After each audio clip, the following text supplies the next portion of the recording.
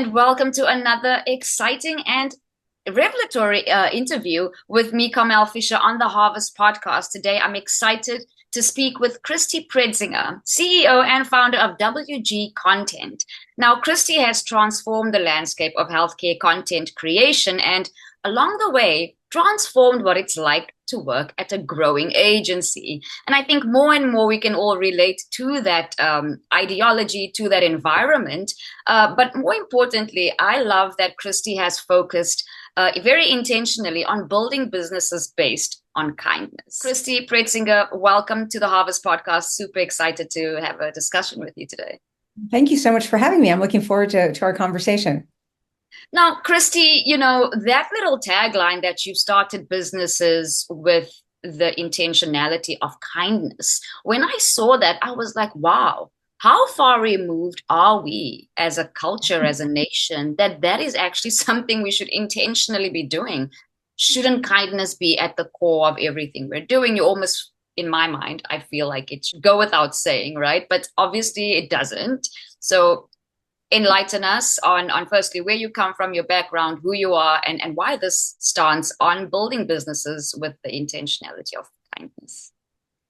Well, I started out as a freelance writer many, many, many moons ago, and I did that for about 10 years before I started building WG Content.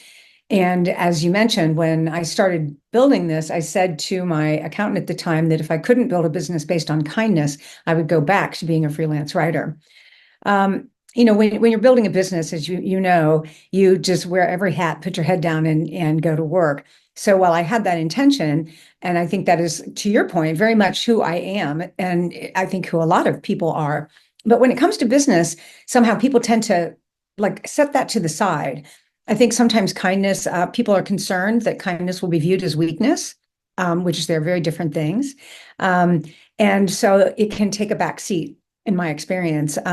Now, when someone asked me why I built a business based on kindness, or why was that my focus, and they asked if I had worked for unkind people, and I really had to think about that. So I was like, no, actually, I did not work for unkind people, but the structures within which they worked didn't foster kindness.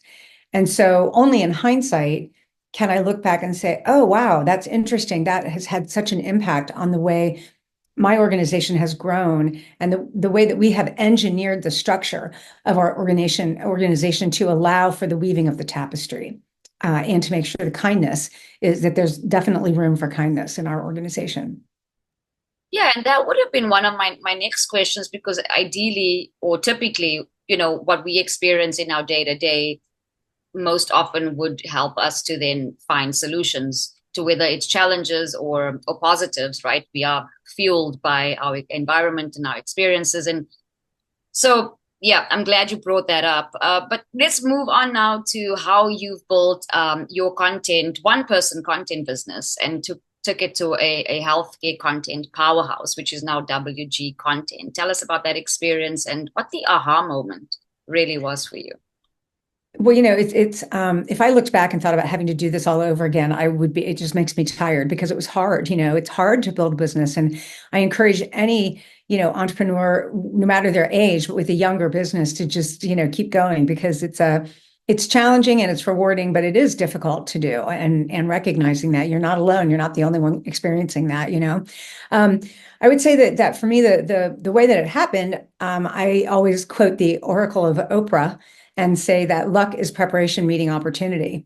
So what happened is I had been, as I mentioned, a freelance writer in my city. And so people knew who I was. And after it was several years into the business, a former client told me that they needed a team of writers for a very large project. We did that, and it was very successful. And that kind of gave me the idea, like, that might be something to do, is find big projects and bring teams of writers. Fast forward about 9 months to a year later, another former client reached out, and she worked at a hospital organization in a nearby community. And they were launching 3 hospital websites concurrently. And she was under the impression that they were mostly done, but that was not true. They were not done at all. So by probably within 4 or 5 days, I had 35 writers on this project. And I really didn't know these people. I had not established a process for vetting. I mean, I was just feet to the fire, and I didn't know anything about the hospital industry either. But it went very quickly, and there was a lot of work, and we made some mistakes, but it moved quickly. We were able to fix them, learn massive amounts of things very quickly. And so when that was done, I thought, well, I'm going to narrow this even more. I'm going to bring teams of writers to large hospital projects. And then the necessary lie I told myself was that will be easy, which of course, it's not. But nobody in my city would talk to me. As is usual, can't be a prophet in your own hometown. So I went to a city north of us and called on the Ohio State University, and they became a client. This was probably around 2007, I think, and they remain a client to this day. So that was really one of our first largest clients. And then from there, we started building, more clients all over the region at first, and now we're all over the country. But that really, the thing that really changed for me, anyone who's an entrepreneur knows that you have to wear all the hats frequently, and it's very challenging, especially when you're at that beginning trying to get it done. Fortunately, around 2011, I hired my first salesperson. I had a few employees by that time, but not a salesperson. And I hired her, and she's still with us to this day. She's brilliant.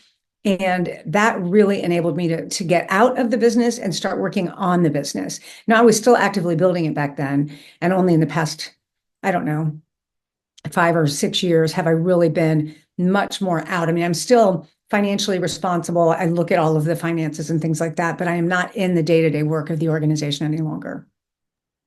Would you do it any differently if you had to rework the steps? That's a really good question. Yeah, you know what I would do differently is I would ask for help. I don't think I knew when I was building this that there were people who would help me. I ran into a few by accident along the way. But what I really would have been incredibly helpful to me is I'm in an entrepreneurs organization right now, and it's a global organization in, I think, 70 countries with about 20,000 members. And it's a peer organization, and everybody is a business owner. And in the US, the requirements are simply that you own the business, you can't be fired, and that you have $1 million in revenue annually. If I would have known about that organization, and I think it was 2009 when we first hit $1 million in revenue, it would have sped up the process. I think that I've always been aware of many counselors make for wise decisions, but I didn't know about the importance of peer-to-peer experience sharing and people really helping you from their own experience. They might be further ahead in their journey, or they've done something that they can share with you and say, man, don't do that. I did this. You might want to try something different. I would definitely seek out organizations like that sooner. It would have made a tremendous difference in my business. Incredible. Yeah, I get that a lot. And I think I'm always trying to uncover what is it that stops people from reaching out, because many people that I speak with, that is one of the things they would do differently. They would reach out, they would seek mentorship. And yet, why do so many of us wait that amount of time, right? What is it that prohibits us from reaching out to other people? I think that what I've come to believe is that, first of all, I think we're all more similar than we are different. And for whatever reason, the way our brains have evolved is that we have something called the default mode network that's hardwired to your subconscious. And that default mode network says, I'm not doing it right. They're judging me. I'm doing something wrong. It's that insecure kind of thing. It's designed to protect us, obviously, but it's really kind of a bummer that we all have that. Yeah. And I think so that kind of stops you because you're thinking, oh, they don't have time for me, or I'm probably not doing it right. And if they look at it, they're going to judge me. And so instead of just being vulnerable and being like, I would love some help, and you seem to know what you're doing, we just default into that place. So I really had to learn over time and mistakes that there were people that would help me, and realizing that when I had that voice, the first time I asked someone to mentor me, I was like, oh God, I can't believe I'm asking her to do this. And she immediately said yes. And so after that, I started thinking, okay, you might want to take agency over your own thoughts and say, go ahead and ask them. You are giving someone a compliment. When people ask you to help, you like to help. Other people are probably the same way. And if they're not, you probably wouldn't want them to work with you anyway. So that was something, but I had to really train my brain, to think differently. So that would be what I would say is the reason, although I don't know if that's true or not for everyone. For sure. Yeah, makes total sense. So You took a very early remote first work culture, right? Before it became mainstream with COVID, etc. Even more so. How did this early adoption of remote work influence your ability to attract top healthcare writing talent? And what unexpected competitive advantages emerged from that? Well, the reason that I never wanted to have an office is I never wanted to go there, and so I thought I don't want to have to go somewhere. I had gotten used to working from my home in whatever attire I felt comfortable in, and not having to deal with traffic and all the, especially for women, the expensive clothing and all that kind of stuff. And so I was really used to working remotely and had no interest in going back into an office. So when I first started doing it, it was interesting because, well, first my two first employees had also been freelancers. They had been contractors with our organization, and then they came on as employees. So there was no change for them really. But when I hired the salesperson, she was used to working in an office. And one day I went to meet her, and I was in workout clothes, and we were just meeting somewhere for a cup of coffee or something. And she was kind of dressed up for work. And I remember she came in, she's like, am I allowed to wear workout clothes? And I was like, well, yeah, if you want, I mean, that's what I do all day long. And it's hilarious because now she's got 5 young children and she's in workout clothes most of the time. Which is funny because then if she has to be on a Zoom call with the client, she'll put something on top that makes it look like she's got something nice on, but she's mostly in workout clothes. So at first it was jarring to people at the beginning. They were kind of like, I don't know if I like this. I'm used to having someone to talk to right next to me. But then once they acclimate to it, they really love it. And I think that there are a lot of advantages. One of them is not having the overhead of all of the facilities costs that go along with that. The advantages that we have found is because it's remote, you have to be very intentional about your culture. You have to pay attention to it and Yeah. and make an effort to build that community of people. Now, we're just right now in the situation, we have 34 employees, I think. And right now we constantly survey our employees to see what we should do better, what things they like, start, stop, continue kind of things. And one of the things recently that we've discovered is that while people enjoy the meetings and seeing one another, they're also like, there's too many meetings because we have like little committees that people form, and there's like an internal book club, and then we do different things to share stuff crosswise. Some people are like, we got to slow it down. So Right. that's something that I think is great because I would eventually like to get to a 4-day work week, and the first thing you have to do is slay those meetings and figure out how you can get rid of those. So it was an advantage. It still is an advantage, but it can very easily become a disadvantage. So you have to pay attention to those things and monitor it as you go along and as things change. So the evolution from writer girl to WG content is fascinating. What market signals prompted the rebrand, and how is it positioned now to capture new opportunities in healthcare content? Well, Writer Girl, when I actually started working and building this, I came on a year before. Somebody else had founded Writer Girl as a freelance writing business. She had a part-time employee and one very large client who ended up being indicted for accounting fraud about a year later. And so she had taken me on as like a salesperson for her organization. And then when he was indicted, she was pregnant again and was like, I don't want to do this anymore. And so I bought her out, which there really wasn't anything to buy except I did get the name, and there was an accountant that came with it, but there was no recurring monthly revenue. There wasn't anything ongoing or anything like that. And so that's why when I was first starting, I was kind of trying to figure out what's my footing here, because her business was much more focused on copywriting as a terms of like advertising, things like that, product naming, that kind of thing, and headlines. That was never my strength. I was always a long form writer. So as I started building it, that was the kind of projects I was seeking out because I understood those and I could give those to people as opposed to the advertising kind of ones. And then as I just shared with you the different projects that came along. So fast forward, we have had this name for a long time. I would work very hard when I was the one selling to make sure that people knew it wasn't just me. So for a while, there was a little bit of a drawback because people thought it was me. And I was always saying, no, I am representing a lot of people who are even better writers than me. And I have a lot of experience, but they're even better.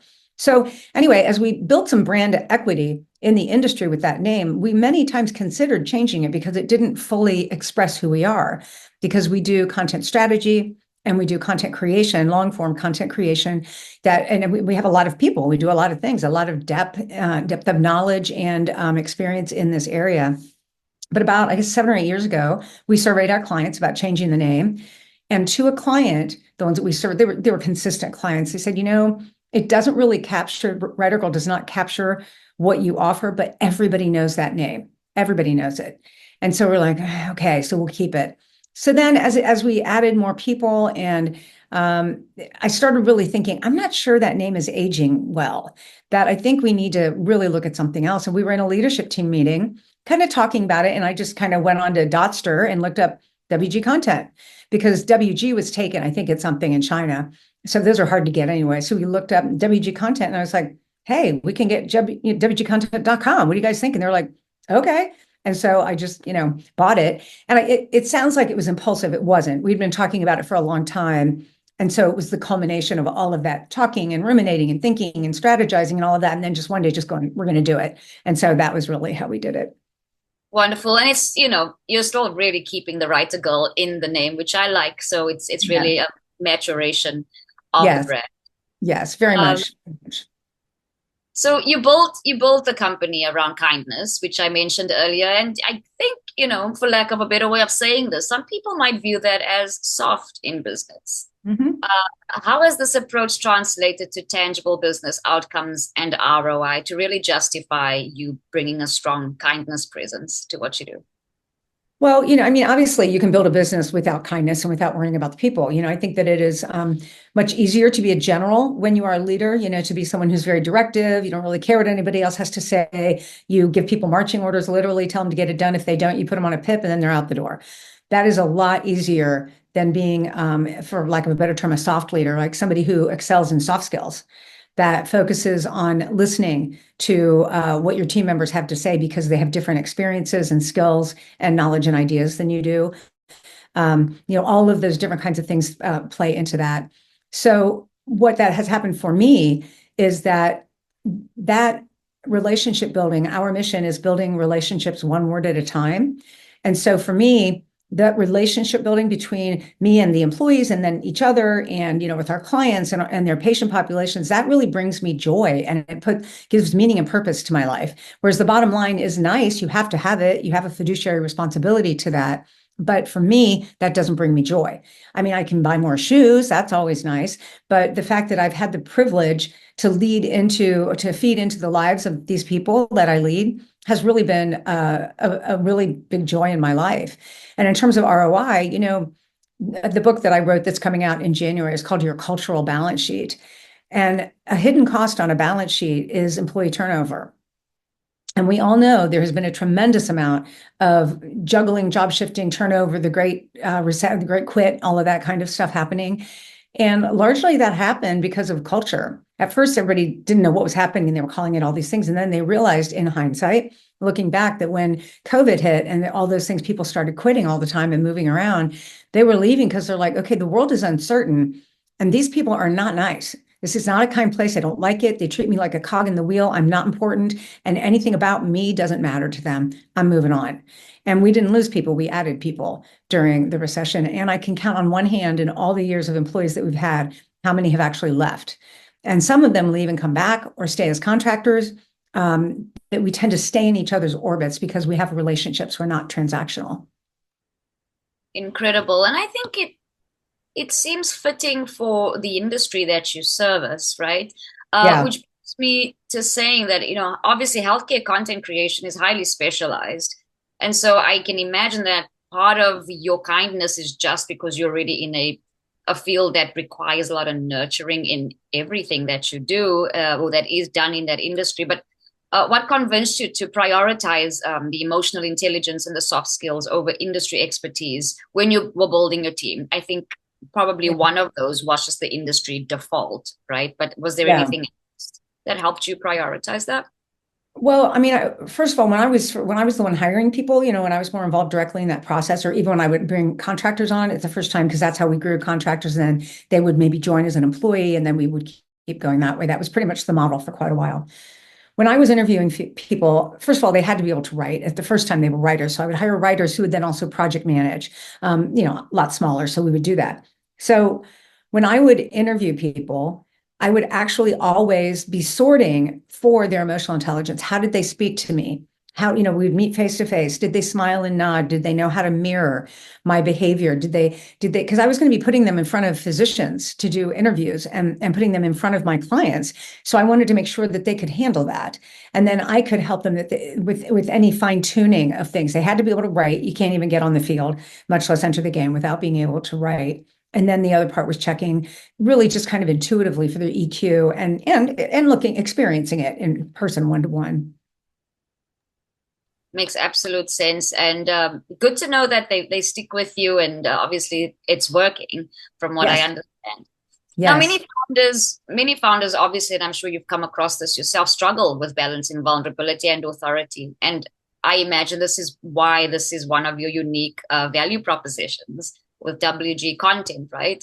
What Yes. pivotal moment can you share where being vulnerable as a leader actually strengthened the company's performance? And I think you've just touched on that, saying that you've honed your team to be able to, be present with clients, very key clients, which already helps them be vulnerable, but still mirror you and do the right Yeah. thing for the company. What other ways have you seen that materialize?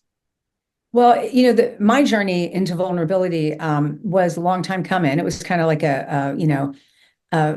what would you say, like a punch in the face, sort of, because what happened is that I would have gone to my grave prior to 2010 saying that vulnerability was weakness. And I think that is really the default position of most human beings. We just don't really want to show people our weaknesses. It feels scary to do that. And it feels like it might hurt or they might use them against you. There's a million reasons people don't want to be vulnerable.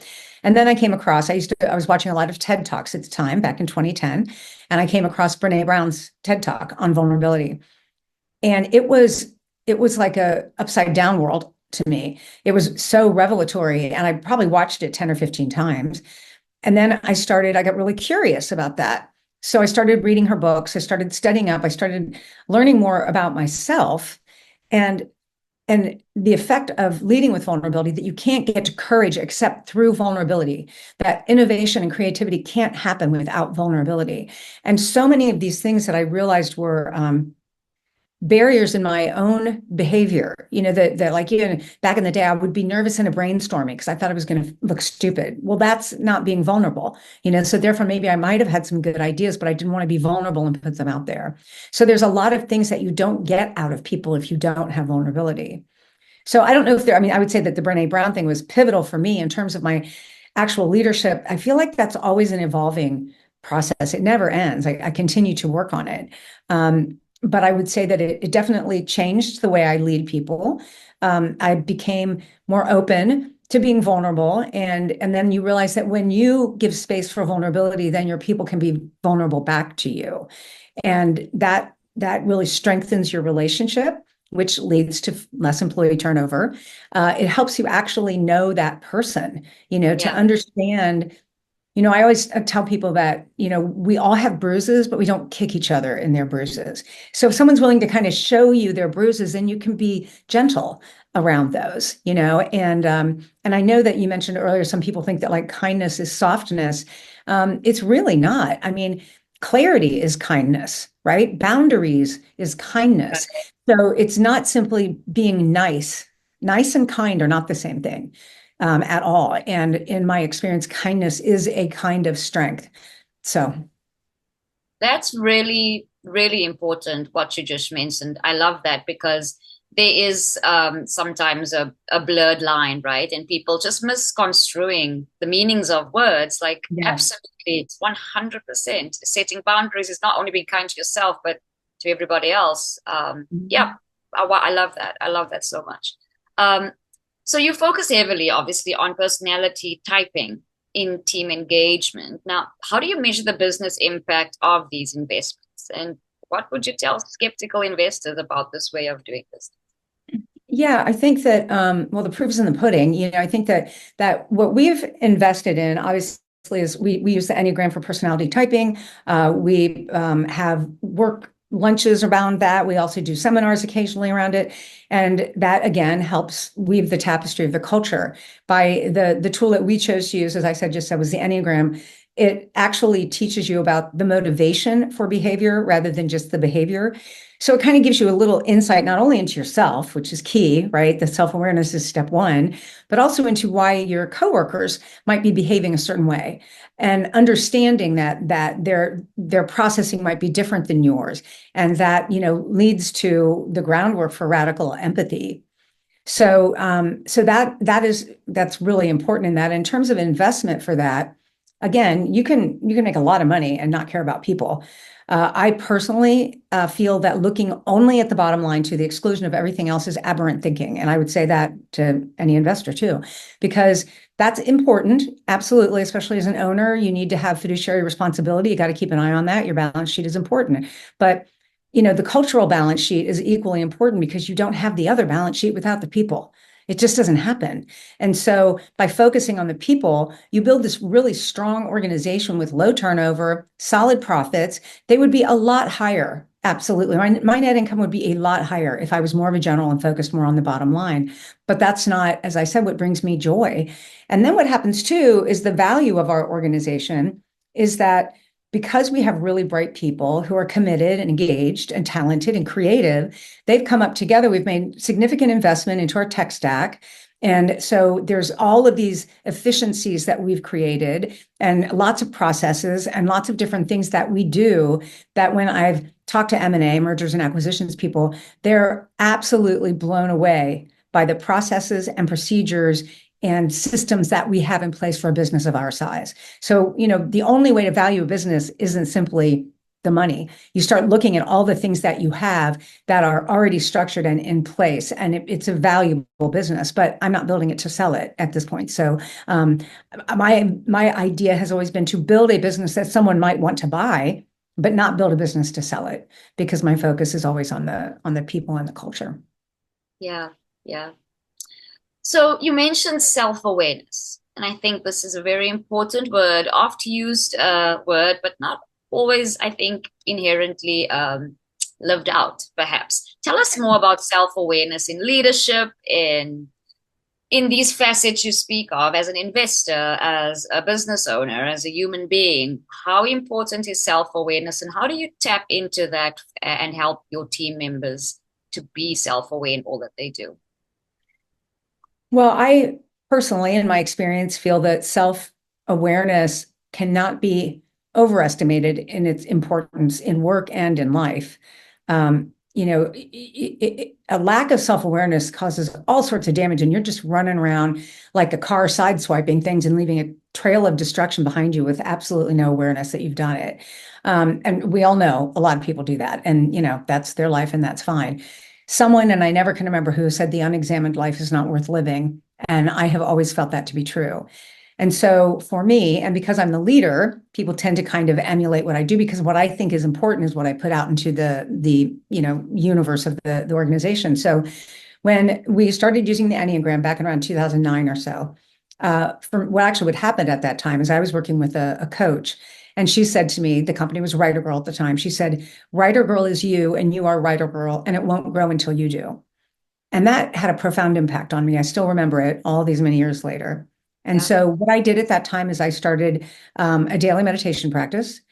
I also started reading a lot, and it wasn't business books. It was really personal development books with what ended up being a focus on self-awareness. So for me, one of the first steps into that was the Enneagram, and learning about some behaviors of mine that I was unaware of that could be off-putting to people. And it's kind of icky to discover those things about yourself. But then you say, okay, well, that's something I now know about, and so I can moderate that behavior because I'm an adult, and I don't need to do those things. So by those kinds of things, it first of all just makes you a more pleasant person to be around, right? You start being aware of your own foibles, and you're like, I can sometimes talk really fast and interrupt people, and that's rude. So maybe I should moderate that behavior and not do that. And then again, reading the different books, I'm always very curious about, like, why are we here as people, and what's our purpose, and what are we supposed to be doing, and all of that, which is all about self-awareness, kind of unpacking that. And then like anybody who's reached a certain age, I have had a lot of events in my life and a lot of things going on, and I went to a lot of therapy. at one point. And that is all about self-awareness and learning about your blind spots and those kind of things. And so all of that together, and again, my curiosity, and I believe that it's a lifelong process, it never stops, Right. feeds into the community that we've built here. So, people every year, all employees get about like $400 towards their own personal development money. They can do whatever they want with it. They can use it for work related something if they want. I think somebody took a painting class. Somebody else used it to buy a bike. It was like it didn't really matter. But the whole point was that you want to personally develop yourself in whatever way is meaningful for you. And we don't tell them what to do with it. And some of them don't use it, which is like, I wish they would, because I think it's really a good thing to have. But that's one of the ways that we try and foster that in the workplace, the whole focus on continuing to unpack the magic that is each person. Yeah. And continuous improvement, which is another phrase that I hear get thrown around a lot. But I think, to your point, I love everything you're saying, and it's just ultimately what it comes down to is doing the work, right? Only you can dissect yourself. Only you can do the work on yourself, and it takes those daily practices. Easier said than done, but one step at a time, and hopefully you get there, right? Yeah, hopefully, what you just said reminded me of a cartoon I saw recently, and it was like there were two windows, and one window had a person in it and said, people who want to change. And then the other window said, people who want to change. Nobody was in line at the people who want to change. Everybody Yeah. was in line, they want change. Yeah. Because your point, you said it's work. The work I did in therapy was probably the hardest work I've ever done. And I built a business, and it was really hard work, but it enriched my life. It's like the work of a life. And I am always happy to share that experience with people. And if people have access to it, I highly recommend it because it pays dividends for years. Well said. Looking at your success in the healthcare content creation, how much do you attribute to technical excellence versus your culture of kindness? What's the interplay between the two?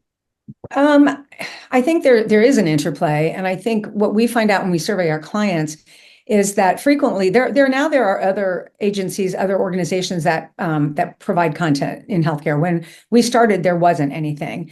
We were the only one, and then now there are some others. So there are other people that can do the technical work that we do and do it well.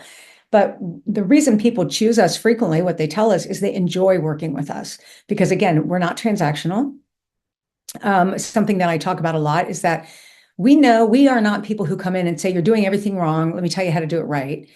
We say, we don't know the sandbox in which you play, but we are happy to jump in there with you and help you dig your way out and get you to wherever you need to be, because we become your real partner in that. And our values are, we are empowered, curious, kind, and fun. And we really try to live those out and bring that to our clients as well. And they do say that they feel that and they enjoy working with us because it isn't transactional and it's very collaborative. So the Wonderful. culture has fed into that. Excellent. Tell me more about your kinds of clients. Obviously, it's healthcare, but I feel like healthcare is so huge. It is Which, huge. right? Where exactly do you find your happy niche? Really, we work with large hospital systems anymore in the US. So many have been gobbled up that there aren't the small regional hospitals anymore. That we had worked with a lot of those back in the day, but now they're just these really large systems. And of course, in the US, it's all for profit. Some of them, they say they're not for profit, but those profits go right to the C-suite. But so they're very, very, very, very large businesses. And so we work that really is our sweet spot, those really big hospital systems. But we also work with like advertising agencies, agencies of record, AOR.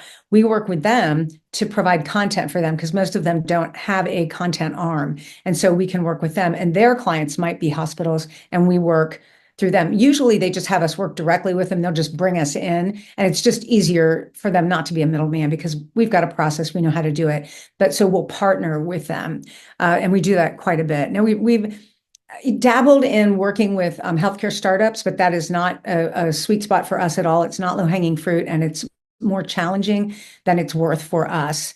And we have never gone into pharma. And again, this was through my peer group teaching me.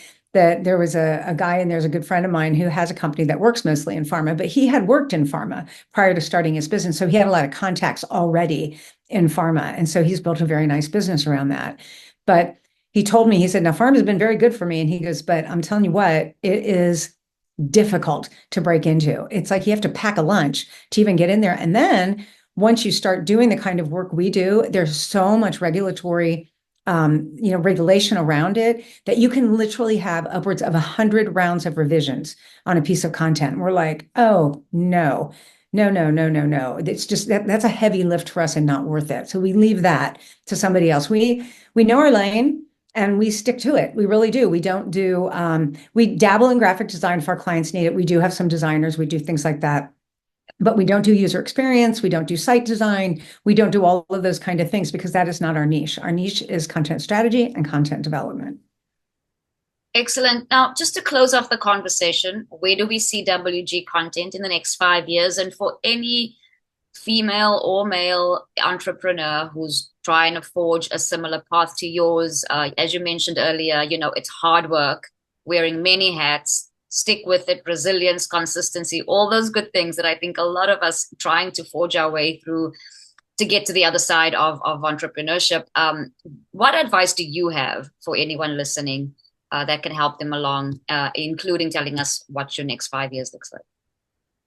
Well, for the next 5 years, I am so bad at forecasting things like that because what I always look at is, I start thinking about, well, how much do we want to grow? And then I have to go to my why. And the only reason I would grow is to offer this opportunity to more people. And we are fully women. All women are employed by this organization. Our contractors do include men, but we are all women. And I didn't intentionally do that, but it was called Writer Girl. So I think it attracted, that it just kind of happened that way. And now I like that. I think it works really, really well. And I don't feel bad about it. I mean, I think there have been businesses that have been all men for more years than I can count. So I don't really have any problem with that. And when I think about growth, I think about the wonderful people who work here, and I want to make sure that there are opportunities for them. So that's a reason for growth. But now I do think about, is there sideways growth? What does growth look like? You have to start weighing all of those different things. That do you really want some of the things that come with being a larger organization? You get HR issues and different kinds of things, but we don't have any of that. So I don't really think about, oh, we're going to be 30 million in revenue, nothing like that. What I think would be really interesting is to continue to do what we do really well, hone our skills. We are definitely learning more and more about AI and how to use it as a tool. Thinking about adjacent industries that we might be able to serve. We've been busy enough in our own that we haven't really done that. We always think about doing that, but we want to make sure it's not too heavy of a lift. You want to find something and you want to be able to fail fast, right? We've tried a couple things where we're like, nope, that's not going to work for us. And we can try, I'm not sure about that either. So, we try and do those things quickly to kind of dip your foot in and come back to home base. So I know for next year, I can tell you short term, that given the world and everything right now, and there's a lot of uncertainty in the healthcare space in the US right now. So we are very much looking at a stay the course year. We're not expecting explosive growth. We expect there to be some more chaos in the healthcare space. And we know that our clients, we hear a lot of conversation about workforce, about recruitment and retention. They have entire departments dedicated to recruiting and retaining employees. What's interesting for me about that is that we're really good at that as an organization. That's not necessarily a healthcare thing, that's an HR thing, but we're really good at that. So I don't know what opportunities that will provide within that space, if any. I don't know. I'd be more than happy to have something that we could help in that space. I mean, every single person in our organization could be a subject matter expert on that one, but that is not something we've explored. So in terms of advice I would give to people, is the same thing that coach said to me all those years ago, is that no matter if you're the business owner or if you are a leader, someone's watching you, your career path, your position, is who you are, and it won't grow until you do. And so if you're in an organization and you feel like you're blaming other people, well, you got to look back at yourself on that, right? And see what is the only thing I can control is me. So how can I make myself more attractive for a promotion? And as a business leader, owner, you really need to look at that and say, what kind of leadership am I demonstrating for my team to emulate? Whatever I do is what they're going to emulate. And this whole organization will not grow until I do. And by the way, when I did that work, where I started the daily meditation and the reading, that was the first year that we hit $1 million in revenue too. I do not think that's a coincidence. Incredible. Yeah. You mentioned AI, and I have to. This interview would not be complete without touching on AI. And content, of course, is one of the biggest industries where AI can really be leveraged. How much of it are you using and plan to use going forward?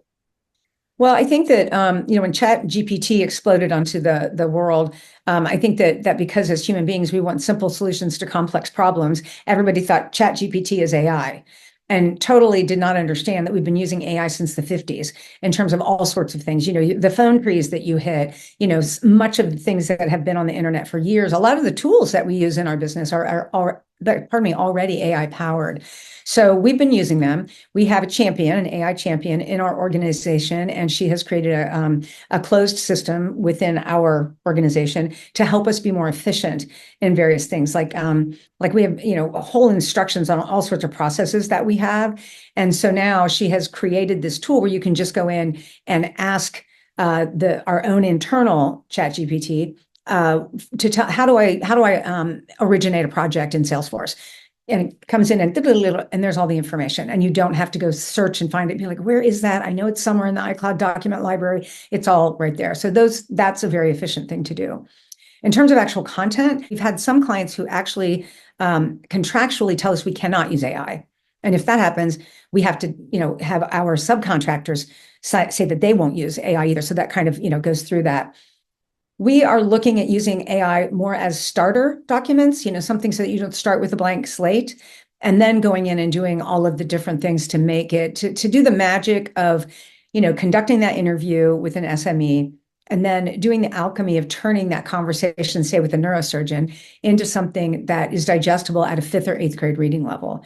So we do that with our magic. Now, I'm not saying an AI tool couldn't do that, but then we come in and do the human part of it, because at this point, physicians are still people, and a patient will always be a person. So you have to facilitate that relationship with the words that you use, building that relationship one word at a time. And I still think that being human will matter in that relationship. I could be completely wrong, but I like to believe that I'm right, that humans will have a place in the healthcare space, particularly in helping people make the best healthcare decision they can at a time when they're probably pretty vulnerable, 100%. Christy Pretzinger, fantastic conversation. Thank you so much again. I've been chatting with Christy, the CEO and founder of WG Content.